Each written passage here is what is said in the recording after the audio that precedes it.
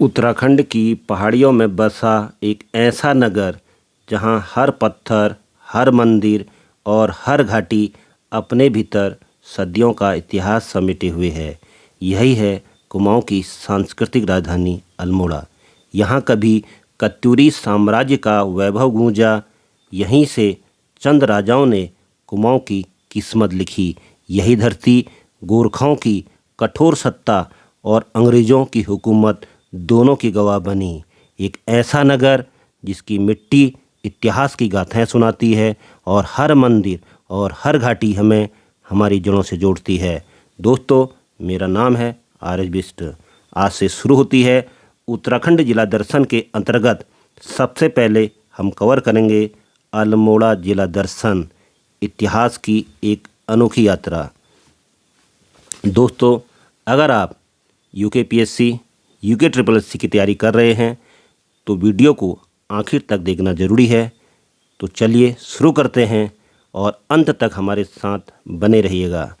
दोस्तों, आने वाले समय में हमारे उत्तराखंड सीरीज के अंतर्गत कई खास वीडियो आपके लिए हम लेकर आएंगे, जैसे उत्तराखंड का प्राचीन इतिहास, यहाँ के अलग अलग ऐतिहासिक शासनकाल, कार्तिकेय राजवंश, कुमाऊं में चंद राजवंश, गढ़वाल में परमार या पवार राजवंश, उत्तराखंड में गोरखा शासन और उत्तराखंड में ब्रिटिश शासन की पूरी कहानी।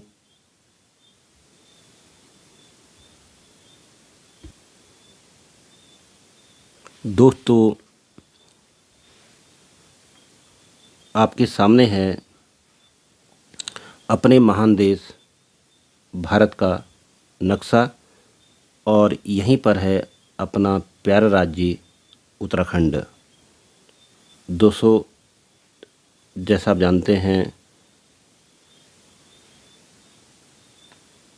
कि आज से हम उत्तराखंड जिला सीरीज शुरू कर रहे हैं और उत्तराखंड जिला सीरीज के अंतर्गत सबसे पहले हम अल्मोड़ा जनपद को कवर करेंगे।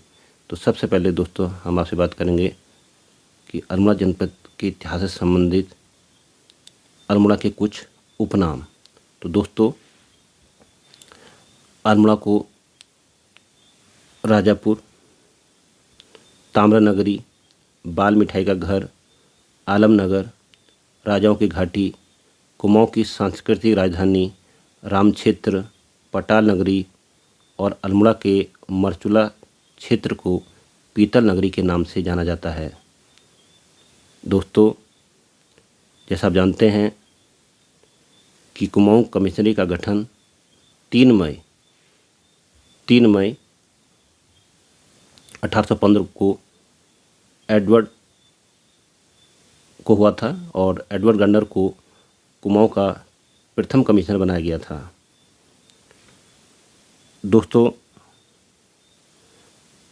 उस समय कुमाऊं कमिश्नरी के अंतर्गत कुमाऊं और अलकनंदा नदी का पूर्वी भाग, जिसे ब्रिटिश गढ़वाल कहा जाता था, सम्मिलित था।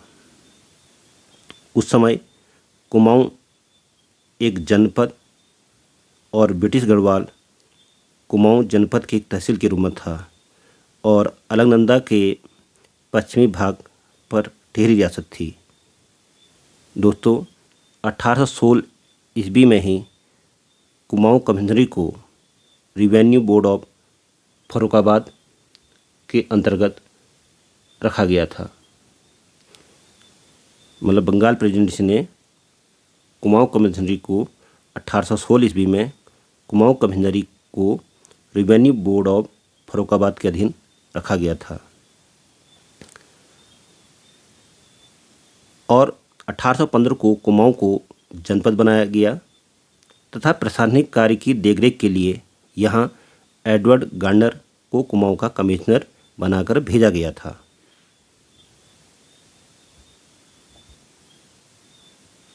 दोस्तों, ब्रिटिश शासन के आरंभिक चरण में कुमाऊं को एक गैर युनियमित प्रांत की श्रेणी में रखा गया, जिसे हम दोस्तों नॉन रेगुलेशन प्रांत भी बोलते हैं।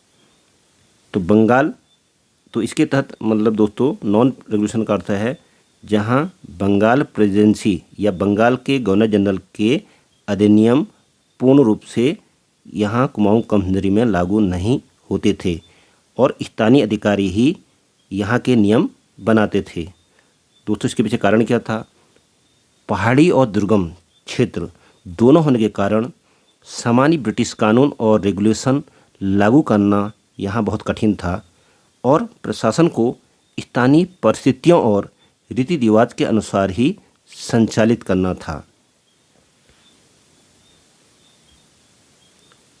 जैसा कि मैंने दोस्तों अभी आपको बताया कि 1816 से ही कुमाऊं कमिश्नरी को रेवेन्यू बोर्ड ऑफ फर्रुखाबाद के अधीन रखा गया था, लेकिन स्वतंत्र कुमाऊनी कमिश्नरी का गठन दोस्तों 1839 में हुआ था और इसके तहत 1839 में कुमाऊं को प्रशासनिक दृष्टि से 2 हिस्सों में बांटा गया था, यानी कि इसके 2 जिले बनाए गए थे। दोस्तों, कुमाऊं जनपद पहले से एग्जिट कर रहा था शुरुआत में ही, लेकिन 1839 में कुमाऊं को प्रशासनिक दृष्टि से 2 जिलों में बांट दिया गया। पहला कुमाऊं जिला, दूसरा गढ़वाल जिला, और उस समय इसका मुख्यालय श्रीनगर बनाया गया था और बाद में 1840 में गढ़वाल जिले का जो मुख्यालय था वह 1840 में पौड़ी में बनाया गया था और कुमाऊं जिला का जो मुख्यालय था वो अल्मोड़ा ही था। तो दोस्तों, फिर 1842 में तराई क्षेत्र को कुमाऊं कमिश्नरी के अंतर्गत एक नया जिला बनाया गया। तो दोस्तों, 1842 तक कुमाऊं कमिश्नरी के अंतर्गत 3 जिले हो गए। पहला जिला कुमाऊं जिला, दूसरा गढ़वाल जिला और तीसरा तराई जिला।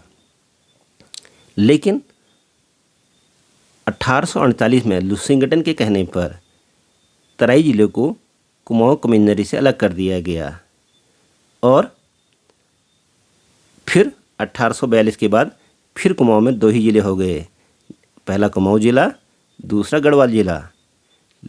लेकिन 1872 में तराई जिले को फिर कुमाऊं कमिश्नरी में शामिल किया गया और दोस्तों फिर 1891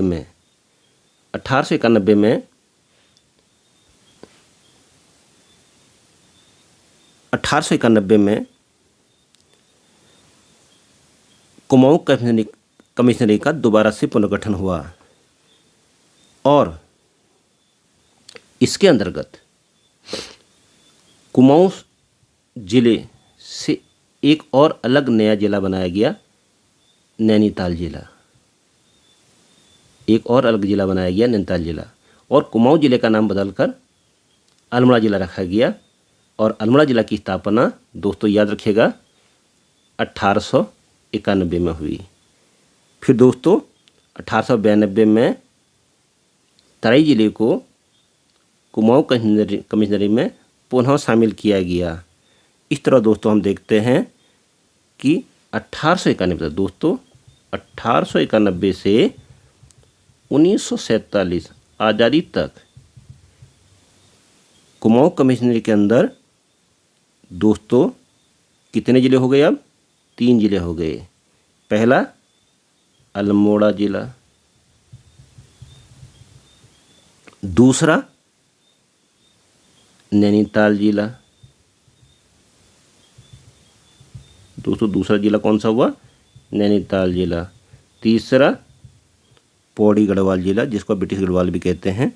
तीसरा ज़िला पौड़ी गढ़वाल। तीसरा ज़िला दोस्तों कौन सा हुआ? पौड़ी गढ़वाल। और अलकनंदा के पश्चिमी ओर जो टिहरी रियासत वो अलग से थी, उसके बारे में है आगामी वीडियो में जब उत्तराखंड की इतिहास सीरीज की श्रृंखला आएगी उस समय विस्तार से अध्ययन करेंगे। तो दोस्तों यहाँ पर हम आपको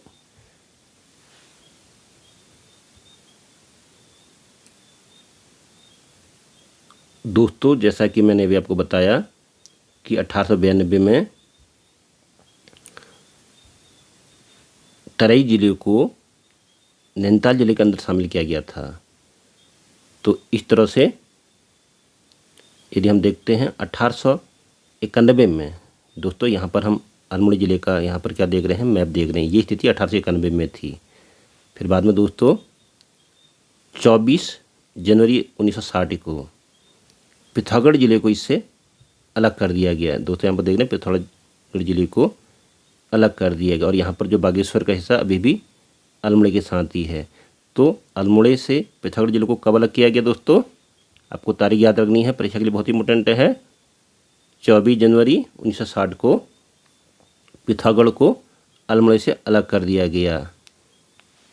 और अब हमारे जो अल्मोड़ा ज़िला है अब इतना ही उसका भौगोलिक क्षेत्र रह गया। फिर दोस्तों हम देखते हैं फिर 15 अगस्त, ये देखिए दोस्तों 15 सितंबर 1997 को बागेश्वर को अल्मोड़ा से अलग कर एक स्वतंत्र जिला बना दिया गया। तो दोस्तों यहाँ पर हम मैप में देख रहे हैं कि 1997 के बाद अल्मोड़ा जिले का जो भौगोलिक क्षेत्र है वो इतना ही रह गया।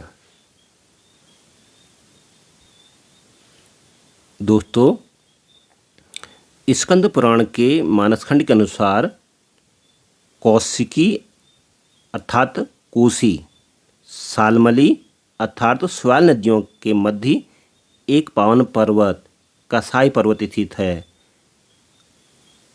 और इसी कसाई पर्वत पर अल्मोड़ा नगर बसा हुआ है। तो दोस्तों अल्मोड़ा एक सुंदर पर्वतीय नगर है जो घोड़े की नाल की आकार जैसे आकृति में बसा है। दोस्तों अभी मैंने आपको मैप दिखाया कि जो अल्मोड़े का जो नक्शा है उसका आकार घोड़े की नाल की तरह है, घोड़े की नाल की तरह है। दोस्तों अल्मोड़ा ज़िले के जो अल्मोड़ा नगर है उसके पूर्वी हिस्से को तेलीफाट और पश्चिमी हिस्से को सेलीफाट कहा जाता है और जहाँ पर ये दोनों मिलते हैं तेलीफाट और सेलीफाट और उसी स्थान पर अल्मोड़ा नगर बसा हुआ है।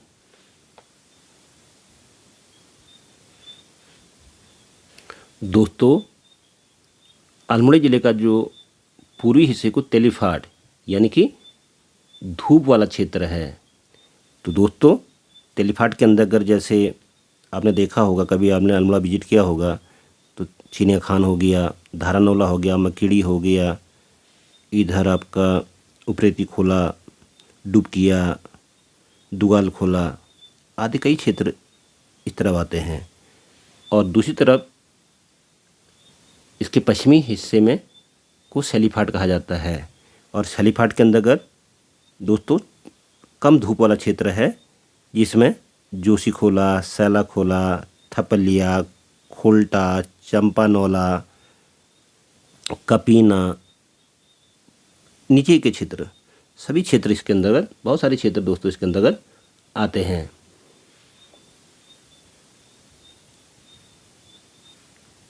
दोस्तों अल्मोड़ा नगर का प्रारंभिक विकास चंद राजवंश के शासनकाल में हुआ था। तो दोस्तों बाद में उत्तराखंड इतिहास श्रृंखला के अंदर हम इसकी विस्तृत वीडियो आपके सामने लेके आएंगे और बाद में गोरखों की पराजय के बाद यह क्षेत्र ब्रिटिश अधिकार क्षेत्र में दोस्तों 1815 में आया, जिस समय मैंने दोस्तों अभी आपको बताया कि उसी समय कुमाऊं कमेटी का गठन हुआ था और उसके बाद यह क्षेत्र समृद्ध भी हुआ, इसका नगरीकरण हुआ। तो अंग्रेज़ों ने शोषण के साथ अल्मोड़ा को प्रॉस्पर भी किया। सन 1815 से 1854 के बीच अल्मोड़ा एक महत्वपूर्ण प्रशासनिक केंद्र के रूप में स्थापित हुआ। कहने का मतलब है तो दोस्तों 1815 से 1854 के बीच कुमाऊं कमिश्नरी का मुख्यालय अल्मोड़ा ही था। बाद में बैटन के काल में सन 1855 याद रखिए दोस्तों 1855 में बैटन के समय जब कुमाऊं कमिश्नर कौन था? बैटन के समय अल्मोड़ा जिले का कुमाऊं कमिश्नरी का मुख्यालय नैनीताल स्थानांतरित हो गया, क्योंकि दोस्तों आप जानते हैं कि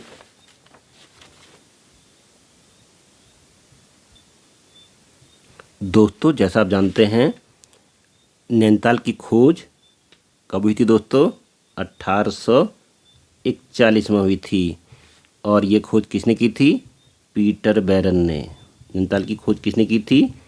पीटर बैरन ने की थी। तो दोस्तों पीटर बैरन ने 18 नवंबर 1841 में इसकी खोज की थी।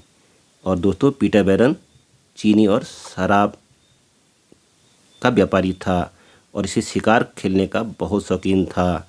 इसी वजह से वह इस क्षेत्र में पहुंच गया था। लेकिन दोस्तों दस्तावेज यह भी बताते हैं, जो कुमाऊं के दूसरे कमिश्नर थे विलियम ट्रेल, उन्होंने पहले से ही यह झील देखी थी। क्योंकि और पीटर बैरन ने अपने यात्रा वृत्तांत के बारे में अपनी जो किताब है notes of wondering in the Himalaya 1844 में पब्लिश कराई आगरा के अखनूर प्रेस से।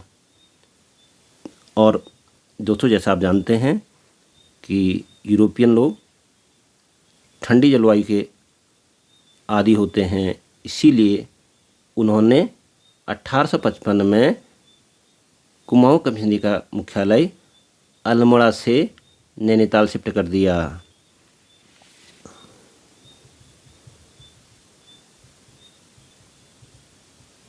दोस्तों यहाँ पर परीक्षा के लिए एक बहुत महत्वपूर्ण फैक्ट है।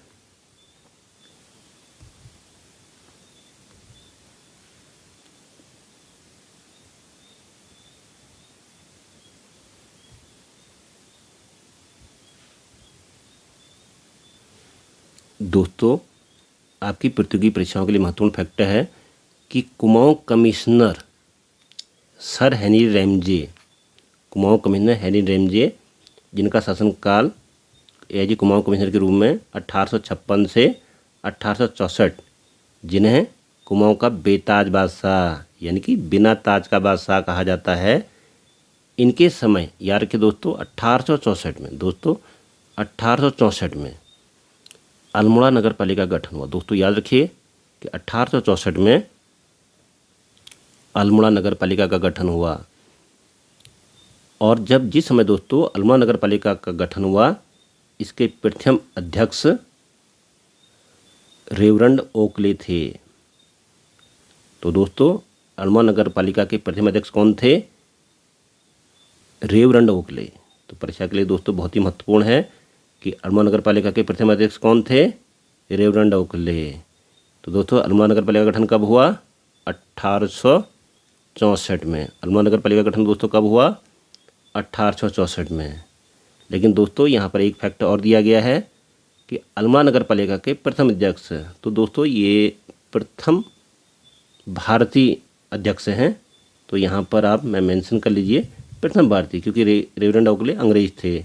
इसलिए दोस्तों आपसे ये भी पूछा जा सकता है परीक्षा में कि अल्मोड़ा नगर पालिका के प्रथम भारतीय अध्यक्ष कौन थे? प्रथम भारतीय, तो इसमें कंफ्यूज मत करिए दोस्तों। प्रथम भारतीय अध्यक्ष कौन थे अल्मोड़ा नगर पालिका के? जो प्रथम भारतीय थे वो बहादुर धर्मानंद जोशी। याद रखिए दोस्तों, अल्मोड़ा नगर पालिका के प्रथम भारतीय अध्यक्ष बहादुर धर्मानंद जोशी थे। तो दोस्तों अब आगे बढ़ते हैं। अल्मोड़ा स्थापना से पहले यह क्षेत्र कत्यूरी वंश के राजा बैचल देव जिनके अधिकार में था। इन्होंने इस भूमि का एक बड़ा भाग गुजराती ब्राह्मण श्री चंद तिवाड़ी को दान में दिया था। राजा द्वारा इस भूखंड के एवज में छकाता परगने के नदी गांव में भूमि आवंटित की गई थी। तो दोस्तों तो जिस समय चंद यहाँ पर आए तो उस समय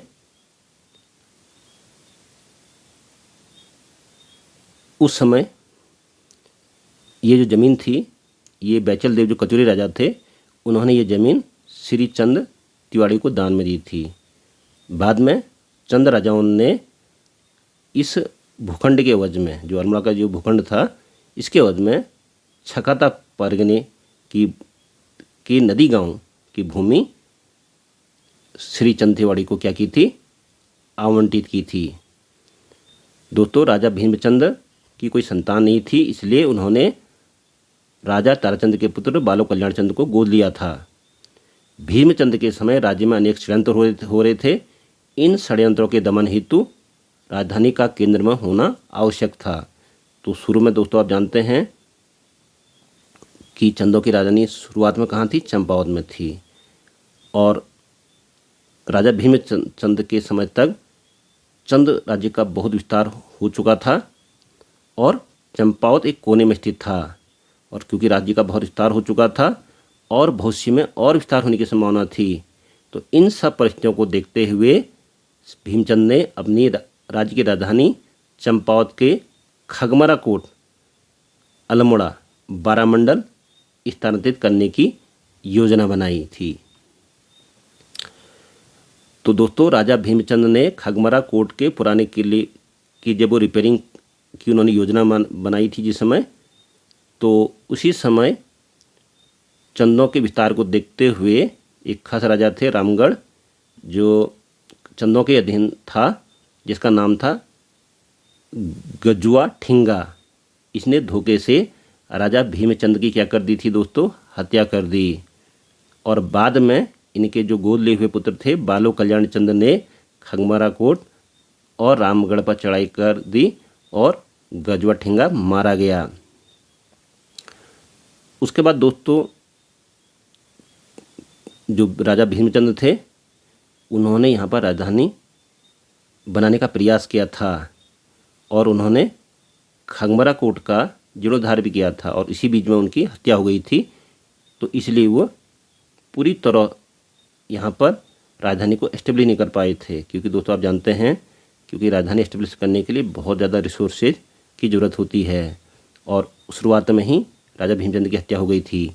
लेकिन चंद्रवंश की राजधानी 563 में बालो कल्याण द्वारा चंपावत से अल्मोड़ा स्थानांतरित की गई। मतलब दोस्तों आप इसमें कंफ्यूज मत करिए कि 563 में राजधानी स्थानांतरण की नींव रखी गई थी। इस तारीख को आप याद रखेंगे। इस समय राजधानी स्थानांतरण की नींव रखी गई है। अभी राजधानी औपचारिक रूप से अल्मोड़ा नगर का गठन नहीं हुआ है। अल्मोड़ा का जो वास्तविक रूप से नगर का जो पूर्ण विकास हुआ या जो अल्मोड़ा नगर की स्थापना हुई 568 में हुई दोस्तों, 568 में हुई। तो दोस्तों क्योंकि राजधानी के इंफ्रास्ट्रक्चर को बनाने में बहुत समय लगा होगा और इस बीच में वो चंपावत और अल्मोड़ा जाते रहे होंगे, बहुत लंबा समय लगा होगा। जैसे आप जानते हो देहरादून अभी जैसे राजधानी हमारी, तो गैरसैंण नेताओं का आना जाना लगा रहता है, देहरादून से गैरसैंण, गैरसैंण से देहरादून। इसी तरह से चंदों के समय में भी जो राजधानी पूरी तरह से बन के तैयार हुई और नगर का जो पूर्ण विकास हुआ वो 568 में हुआ। तो दोस्तों इतिहासकारों ने इसे क्रमिक विकास के रूप में देखा है, क्योंकि एक ही साल में नगर का पूर्ण विकास नहीं हुआ होगा। तो दोस्तों आप 563 की जो डेट है वो शहर की प्रारंभिक नींव के रूप में और 568 को राजधानी के रूप में इसकी आधिकारिक स्थापना के रूप में देखिए। तो दोस्तों एक बार कमेंट में लिखिए कि अल्मोड़ा शहर की नींव कब रखी गई और अल्मोड़ा नगर की स्थापना कब हुई। तो दोस्तों 2 तारीखों को पर आप विशेष फोकस करिए। 563 में राजधानी स्थानांतरण की हुई और अल्मोड़ा की नींव रखी गई और 568 में नगर का पूर्ण विकास और इसकी औपचारिक स्थापना हुई।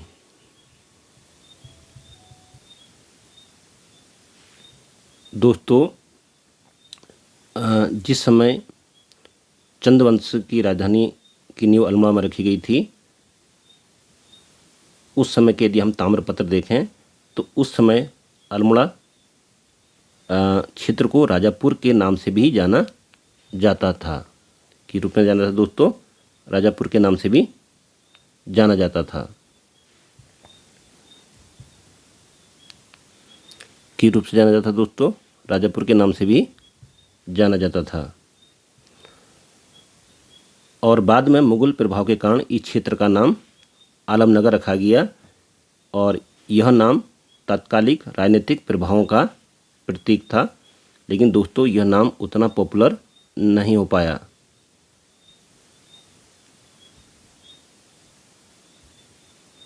दोस्तों, अल्मोड़ा नगर का जो वर्तमान नाम है, ये अल्मोड़ा कैसे पड़ा, इसके बारे में जो सर्वाधिक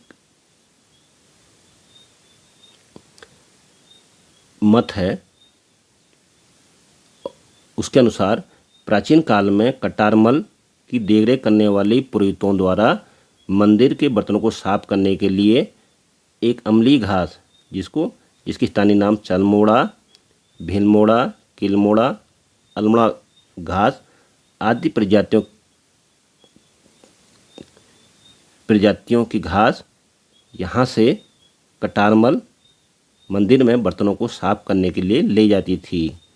तो इसके स्थानीय नाम आपको यहाँ पर अलग अलग दिख रहे हैं अल्मोड़ा घास के, तो इसके अलग अलग जगहों पे स्थानीय नाम है, लेकिन प्रमुख रूप से कौन सी घास थी? अल्मोड़ा घास थी। और इसी अम्लीय स्वाद वाली जो अल्मोड़ा घास थी, इसी के कारण वर्तमान नाम अल्मोड़े का नाम अल्मोड़ा पड़ा है। अम्लीय घास, अल्मोड़ा घास के कारण ही अल्मोड़े का यह नाम पड़ा है। दोस्तों उसके आगे चलते हैं।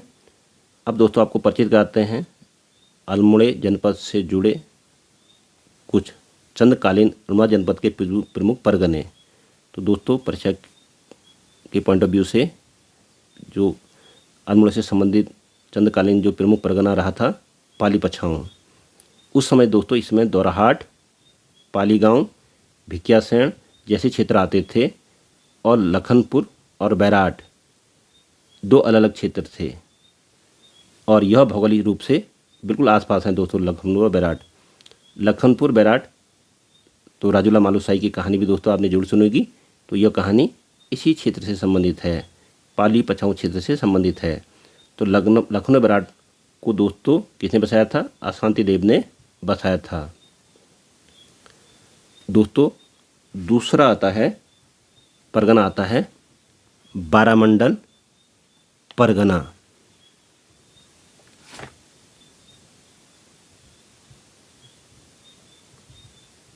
दोस्तों बारामंडल परगने के अंदर इसके अंदर 12 मंडल थे। 12 मंडल थे यानी कि 12 पट्टियों में ही बटा हुआ था, जैसे शिनरा, महरूड़ी, तीखून, कालीगाड़, बोरारो, अटागुली, रियोणी, द्वारसों, उच्यूर, बिसौद, खास परजा, उच्यूर। तो दोस्तों ये सभी क्षेत्र अल्मोड़ा जनपद के आसपास के ही क्षेत्र हैं, अल्मोड़ा नगर के आसपास के ही क्षेत्र हैं। दोस्तों वर्तमान में ये सभी क्षेत्र अल्मोड़ा के आसपास के क्षेत्र हैं। उसके बाद चंदकालीन जो प्रमुख परगना था, उसको दोस्तों हम चौगरखा परगना के नाम से जानते हैं, चौगरखा परगना के नाम जानते हैं। तो दोस्तों उस समय अल्मोड़ा के उत्तर पूर्वी क्षेत्र जो था, जिसमें जागेश्वर, बिनसर, दारुण, सालम, खरही, रंगोड़, तो दोस्तों जागेश्वर का नाम आपने जरूर सुना होगा। उसके बाद अगला परगना था फलदाकोट।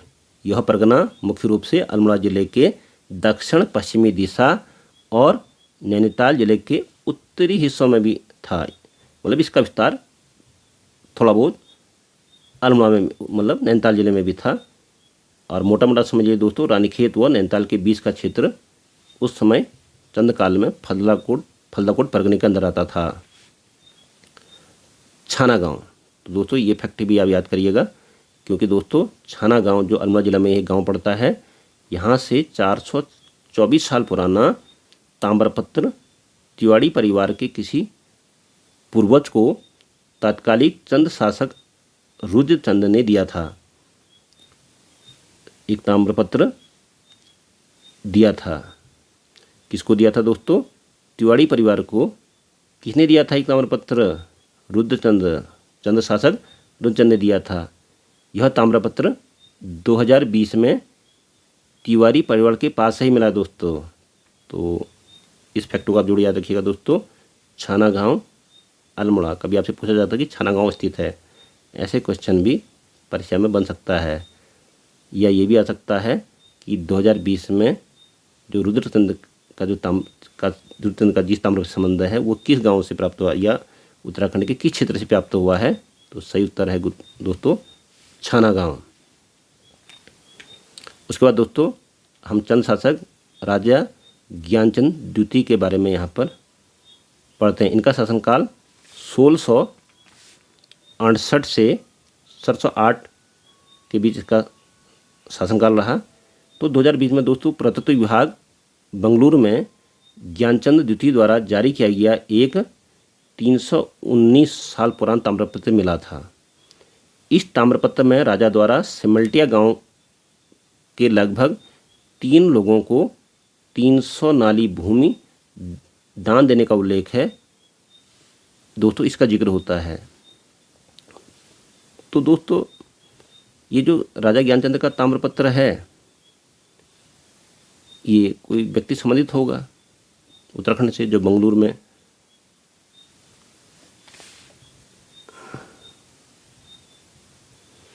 दोस्तों अल्मोड़ा जिला से जुड़ा जो महत्वपूर्ण तथ्य है वह है तालेश्वर ताम्रपत्र।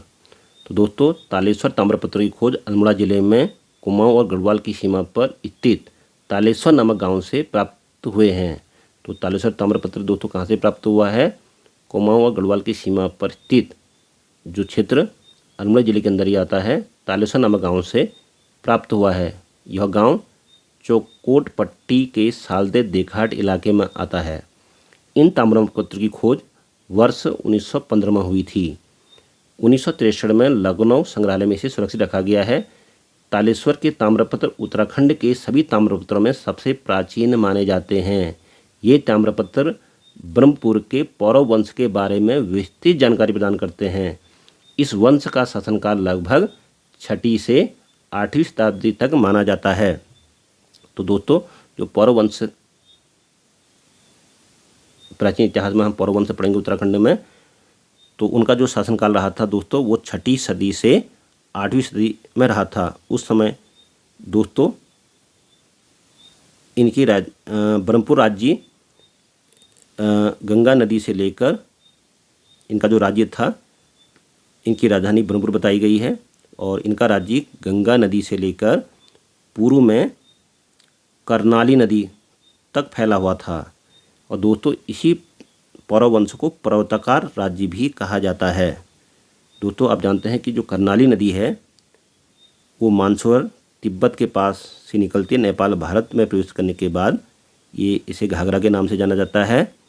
और उत्तर प्रदेश में फिर बलिया और बिहार के छपरा के पास ये गंगा नदी में मिल जाती है और अयोध्या के आसपास इसे सरयू नदी भी कहा जाता है। तो दोस्तों याद रखिए कि तालेश्वर ताम्रपत्र का संबंध किससे है? पौरव राजवंश से है। और इनकी राजधानी कहाँ बताई गई है? ब्रह्मपुर बताई गई है। और कई इतिहासकार ब्रह्मपुर को कुमाऊं और अल्मोड़ा के सम्मिलित क्षेत्र को ब्रह्मपुर मानते हैं। बाद में दोस्तों जब पौरव वंश की हम विशेष रूप से वीडियो लेके आएंगे तो सभी ऐतिहासिक मत आपके सामने रखेंगे। और दोस्तों एक हमारे के.पी. नौटियाल जी हैं, पुरातत्वविद श्री के.पी. नौटियाल, इन्होंने पौरव वंश की जो मुद्रा ताम्रपत्रों के आधार पर इस वंश के 5 शासकों का क्रम निम्न प्रकार दिया है। सबसे पहले उन्होंने विष्णुवर्मन राजा रहे, उसके बाद वृषवर्मन, उसके बाद अग्निवर्मन, उसके बाद द्विजवर्मन और उसके बाद 5वें नंबर पर विष्णुवर्मन द्वितीय। ये क्रमांक श्री के.पी. नौटियाल ने मुद्राओं और ताम्रपत्रों के अध्ययन के बाद ये क्रम निर्धारित किया है। तो दोस्तों ताम्रपत्रों में पौरव राज्य को पर्वताकार राज्य से और इसकी राजधानी कहाँ बताई गई दोस्तों? ब्रह्मपुर बताई गई है। और जो दोस्तों ताम्रपत्र प्राप्त हुए हैं पौरव राजवंश में, उसमें ज़्यादातर बातें में किसका उल्लेख है? भूमि का उल्लेख है दोस्तों। उसमें ज़्यादातर बातों में ताम्रपत्रों में जो भूमि का उल्लेख है। और इसमें बताया गया है कि राजाओं ने धार्मिक और संस्थाएं होगी और ब्राह्मणों को जो भूमि दान में दी, उसका उल्लेख इन ताम्रपत्रों में हुआ है। तो देख सकते हैं दोस्तों ये एक ताम्रपत्र है जो पौरव राजवंश से संबंधित है। और मैंने दोस्तों अभी बताया जो ताम्रपत्र हमें मिले हैं पौरव वंश के, इसकी भाषा संस्कृत भाषा है और लिपि दोस्तों इसकी गुप्त ब्राह्मी लिपि है। दोस्तों तालव्यस्थ से प्राप्त ताम्रपत्र के में एक अंडाकार मुद्रा जुड़ी हुई है दोस्तों, एक अंडाकार मुद्रा जुड़ी हुई है दोस्तों। यहाँ पर एक अंडाकार मुद्रा आप देख रहे हैं, ये इसमें जुड़ी हुई है, एक अंडाकार मुद्रा इसमें जुड़ी हुई है। और इन मुद्राओं में पसरा हुआ बैल भी अंकित है। और वृषभ के 4 पंक्तियों में एक मुद्रा लेख है जिसमें राजाओं के नाम और उसकी वंशावली उत्कीर्ण है। वृषभ के सामने एक मछली और कछुए जैसा प्रतीक भी पाया जाता है।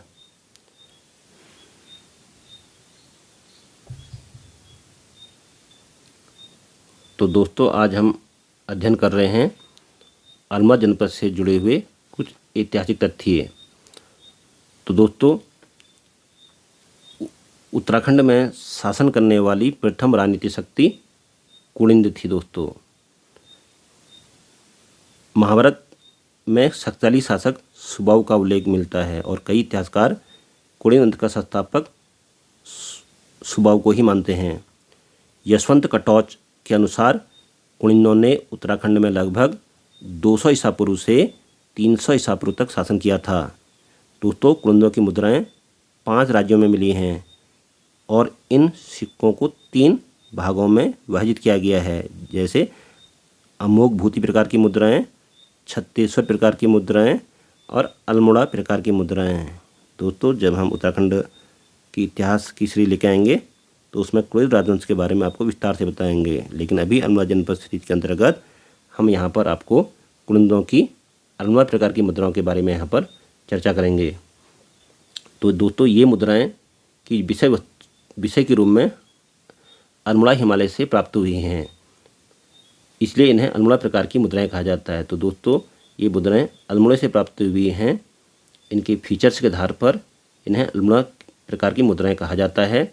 इसमें ब्राह्मी लिपि का प्रयोग हुआ है दोस्तों, इसमें ब्राह्मी लिपि का प्रयोग हुआ है।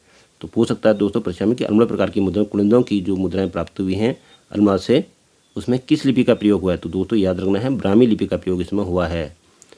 अल्मोड़ा प्रकार की मुद्राएं मुख्य रूप से ताम्र धातु से निर्मित हैं, मुख्यतः ताम्र धातु से निर्मित हैं।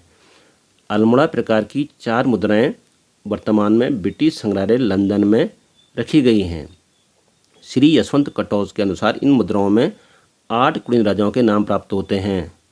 पहला शिवपालित, शिवदत्त, तीसरा हरिदत्त, चौथा मगभत्त, 5वां शिवरक्षित, 6ठा विजयभूति, 7वां आसेक, 8वां गोमित्र। तो दोस्तों यहाँ पर आप देख सकते हैं जो राजकीय संग्रहालय अल्मोड़ा है वहाँ के म्यूजियम में भी अल्मोड़ा कॉइन्स कुलिंदों से संबंधित रखी गई हैं। आप कभी भी यहाँ पर आके विजिट करके इन मुद्राओं को देख सकते हैं। तो दोस्तों यदि आपको हमारा वीडियो अच्छा लगे तो इसे सब्सक्राइब करना न भूलें। और दोस्तों यदि आप हमारी ऑनलाइन और ऑफलाइन क्लास की कस्टमाइज क्लास को पढ़ना चाहते हैं, यदि आप पर्टिकुलर किसी विशेष परीक्षा की तैयारी कर रहे हैं तो आप हमें इस नंबर पर जरूर संपर्क करें 9719668523। दोस्तों अल्मोड़ा जनपद की ऐतिहासिक पहलू का अध्ययन कर रहे हैं, इसका सेकंड पार्ट हम जल्दी ही अपलोड करेंगे। तो दोस्तों तब तक के लिए जय हिंद, जय भारत। न्याय के सरोज देवता गोलू देवता आप पर और हम पर अपना आशीर्वाद बनाए रखें। जय हिंद, जय भारत।